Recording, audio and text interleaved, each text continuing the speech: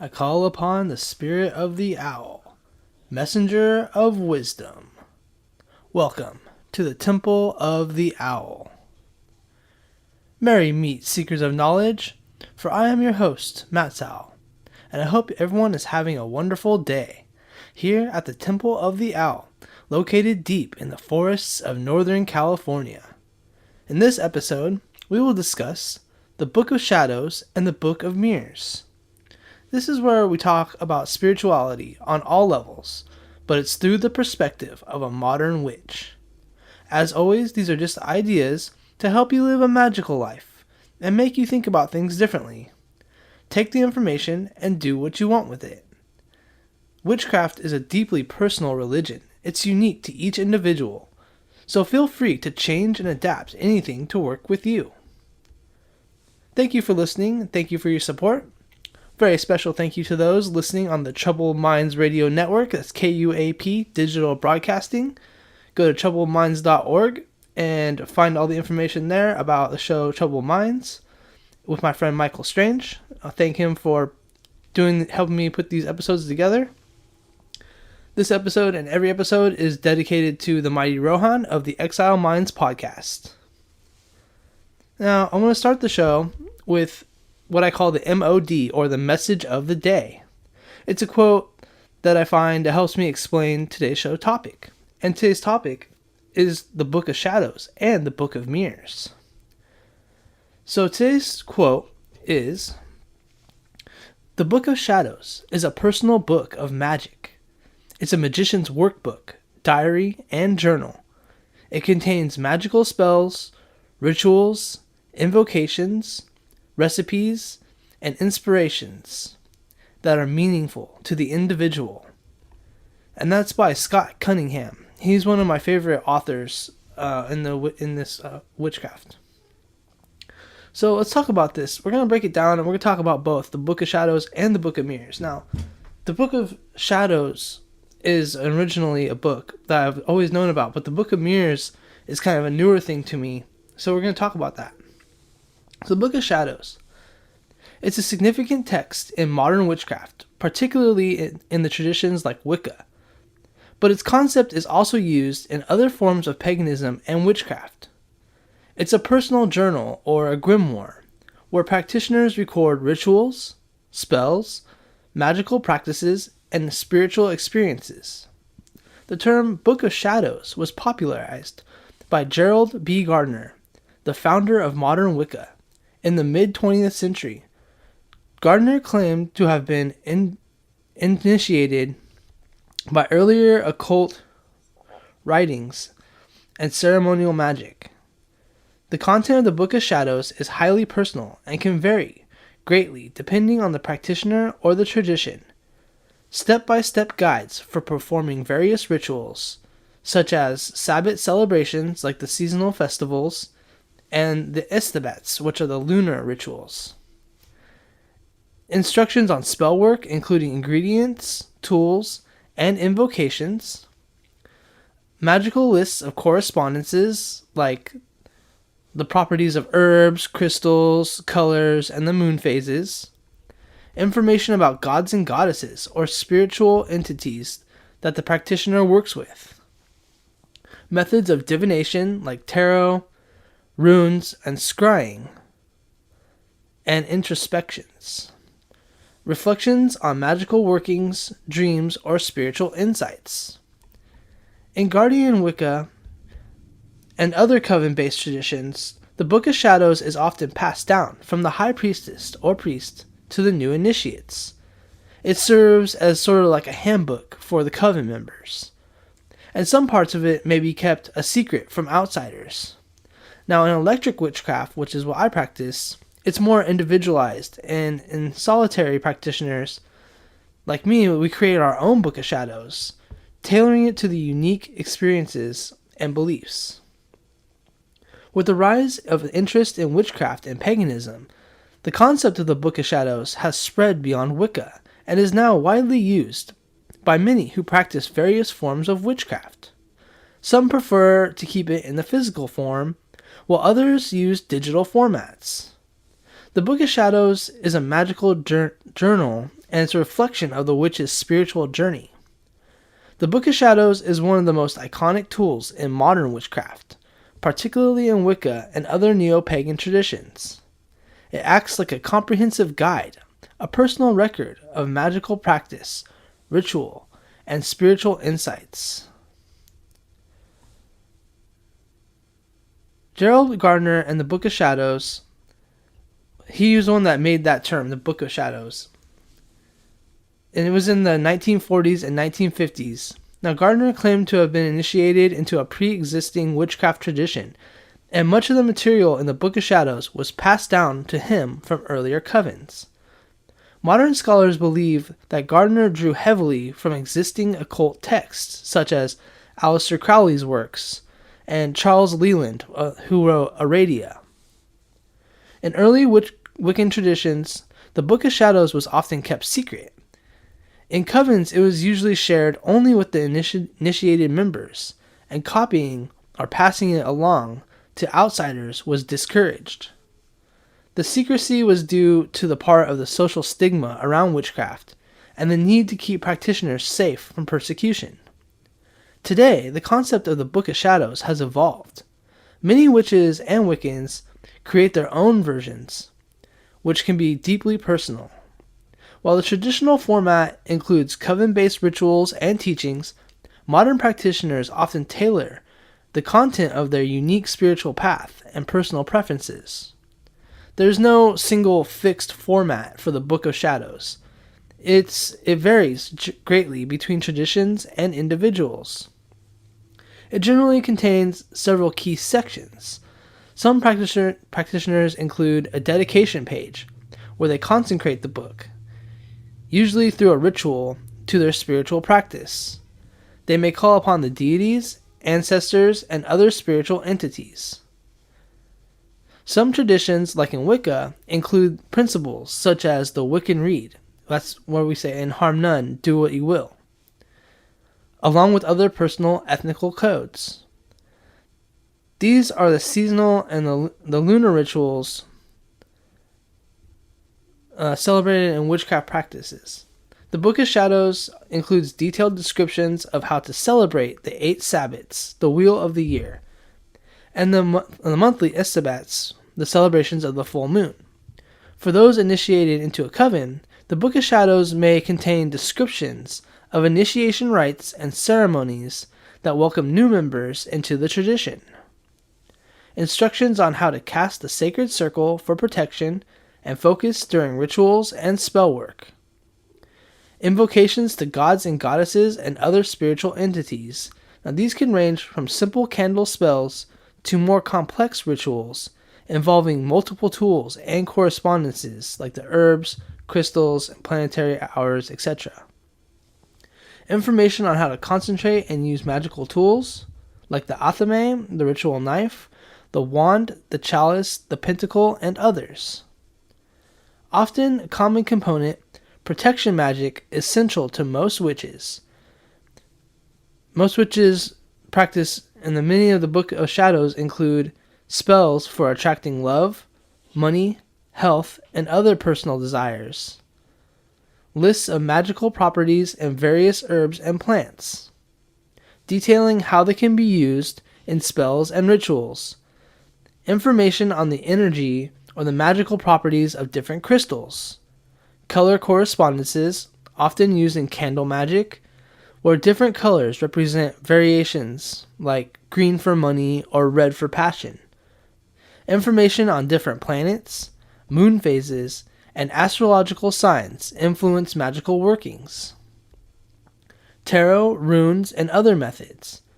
Descriptions on divinations, practices, and their interpretations. Instructions for practice on enhanced intuitive or psychic abilities.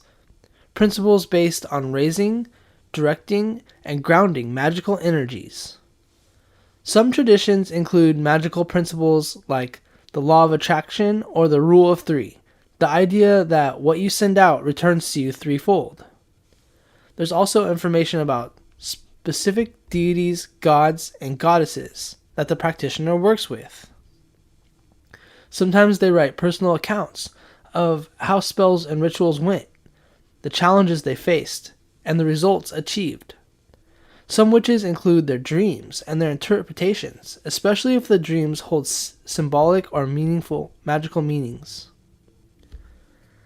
Now, traditionally, the Book of Shadows is handwritten. Many believe that it imbues in with the witch's personal energy.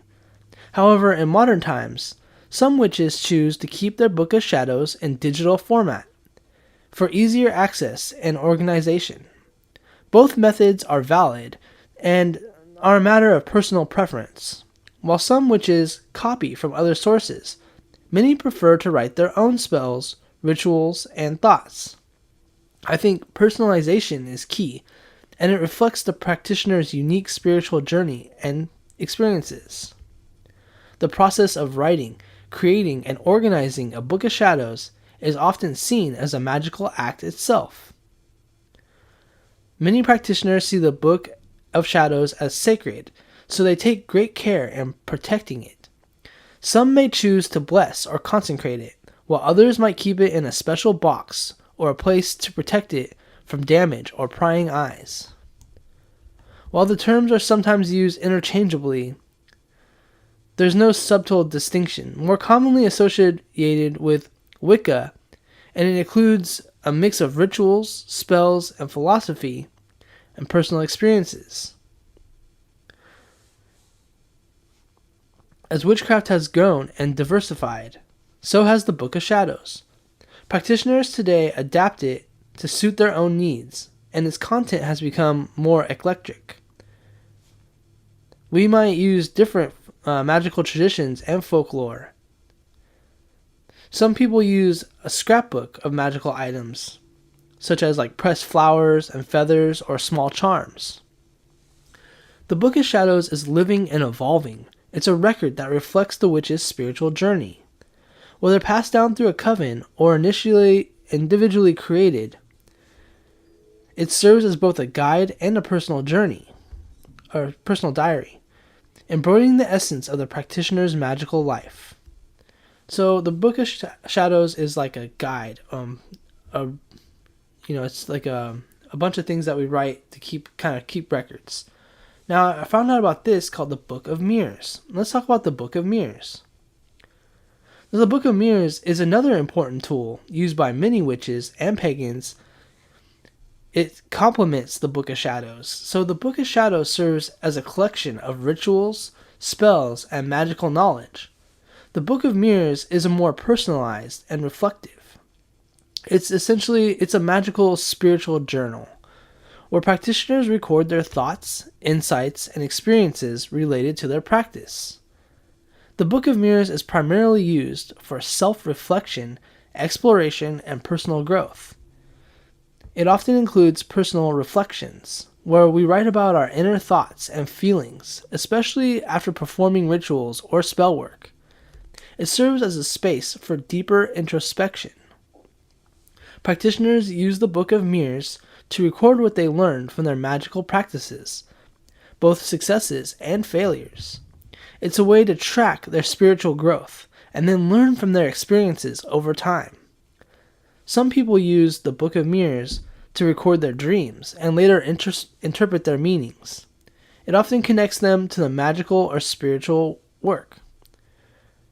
Insights gained during meditation, visions, or moments of spiritual clarity may be logged here for further reflection. It can also serve as a space for emotional and mental health tracking, helping the practitioner understand how their spiritual journey affects their overall well-being. The Book of Mirrors is distinct from the Book of Shadows. It's more about self-awareness and initial growth, rather than being like a repository for rituals and spells. The Book of Shadows is often structured and used as a reference guide, while the Book of Mirrors is more fluid, personal, and subjective. So the Book of Shadows focuses on external practices, rituals, spells, correspondences, etc., but the Book of Mirrors focuses on the processes of the feelings, thoughts, reflections, and spiritual insights. Just like the Book of Shadows, the Book of Mirrors can take many forms. Some witches prefer to keep a handwritten journal, while others opt for digital formats. It's typically private and not shared with others, as it contains personal reflections. The name Book of Mirrors symbolizes its reflective nature. Just as a mirror reflects our physical appearance, this book reflects the practitioner's inner world, allowing them to see themselves more clearly in a spiritual sense. The Book of Mirrors is a valuable tool for self-exploration and personal growth within the magical and spiritual practice. It helps witches not just perform magic, but also deeply understand themselves and their magical journey. The Book of Mirrors is a deeply personal tool in modern witchcraft and pagan practices. It's used alongside with the Book of Shadows. While the Book of Shadows is more practical, focusing on rituals and spells and magical knowledge, the Book of Mirrors is a reflective journal where witches document their initial journey, thoughts and emotions, and spiritual growth. It acts as a spiritual diary, giving the practitioner the space, and after performing rituals and spell work or engaging in spiritual activities like meditation or divination, witches record their thoughts, emotions, and personal insights. It helps them track their progress, and learn from their experiences. The primary focus of the personal growth, it helps witches explore their inner selves, including their feelings, intuitions, and spiritual evolution over time. Because it captures the thoughts of emotions, many witches use the Book of Mirrors to check in on their emotional and mental well-being, often looking for patterns in how their spiritual work impacts their everyday life. It's a space to confront challenges or blockages or doubts in magical practices. By reflecting on these issues, witches can explore ways to overcome them. The contents of the Book of Mirrors are highly personal and unique to each practitioner. There's some common elements that we usually include after performing a ritual, a witch might record how they felt, what went well and what didn't, and many unexpected results or experiences. So this helps them refine their practice in the future. They might note the outcome of spells, whether the intended goal was achieved or any side effects that delayed the results. It helps assessing the effectiveness of the spell work. Witches often document thoughts, visions, or sensations experienced during meditation. This can include messages received from guides or deities or the higher self. Recording these insights can be valuable for spiritual growth and reflection. Now, some practitioners use their Book of Mirrors as a dream journal, recording vivid or meaningful dreams and their interpretations. This practice can help them identify recurring symbols or patterns that hold significance in their magical work. After using divination tools like tarot cards, runes, or scrying, will often reflect on the results and how the readings apply to their current situation of the magical work.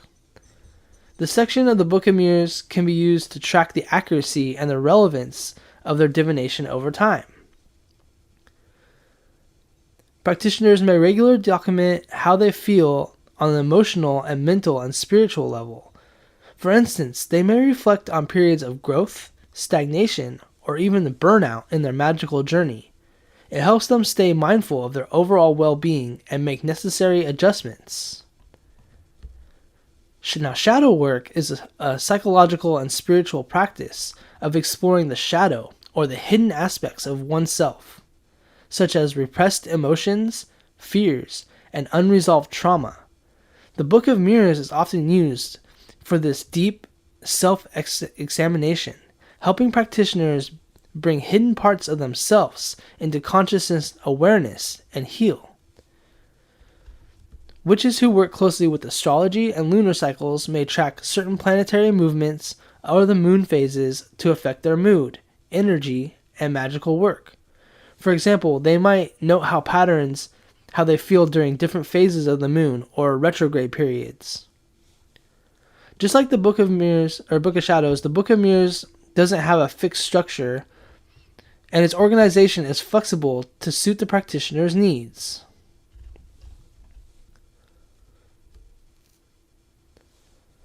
The Book of Mirrors is in a handwritten journal, finding the act of writing by hand more personal and magical. Other practitioners use digital formats like a blog or a document on their computer for ease of organization and privacy. While the Book of Shadows and the Book of Mirrors are essential tools in a witch's practice, their purposes are distinct. One focuses on the external practice of witchcraft, like a guidebook of rituals, spells, and correspondences, and the other one focuses on the experience, the reflective space where the witch explores their emotions, thoughts, and spiritual development. Many witches choose to keep both, seeing them as complementary tools to help balance their external and internal work. So, decide on whether you have your Book of Mirrors to be, or your Book of Shadows to be physical or digital. Both have benefits, so you can choose what resonates with you. When starting your Book of Mirrors, you might want to set up an intention for use. It could be something like, to reflect on my spiritual growth, or to help me understand my emotions better. You can create your book, you can even create a dedication ritual for it. Just be honest about your feelings, thoughts, and experiences. There's no need to censor your Book of Mirrors, because it's a powerful tool for self-reflection and spiritual growth in modern witchcraft. So, both of them are essential to the craft. Like the Book of Mirrors is a powerful reflection and spiritual tool, while the Book of Shadows is more like a focus, like a how-to. Anyways, I want you to explore both of these and let me know what you guys think. And see if you guys need, if you use both, how it works. Well, that's all the time we have for today. This is Matsowl saying thank you for listening to Temple of the Owl on the KUAP Digital Broadcasting. That's the Troubled Minds Radio Network. Thank you guys for listening. Blessed be. For many centuries, witchcraft has been considered evil, associated with the devil and all things dark. Let's break these stereotypes with your host, Matsowl, of the Temple of the Owl. Let's talk about magic, of the old way to explore the many roles of the witch, including the tools of the craft, the history of the science behind this ancient, earth-based religion, on Troubled Minds Radio Network.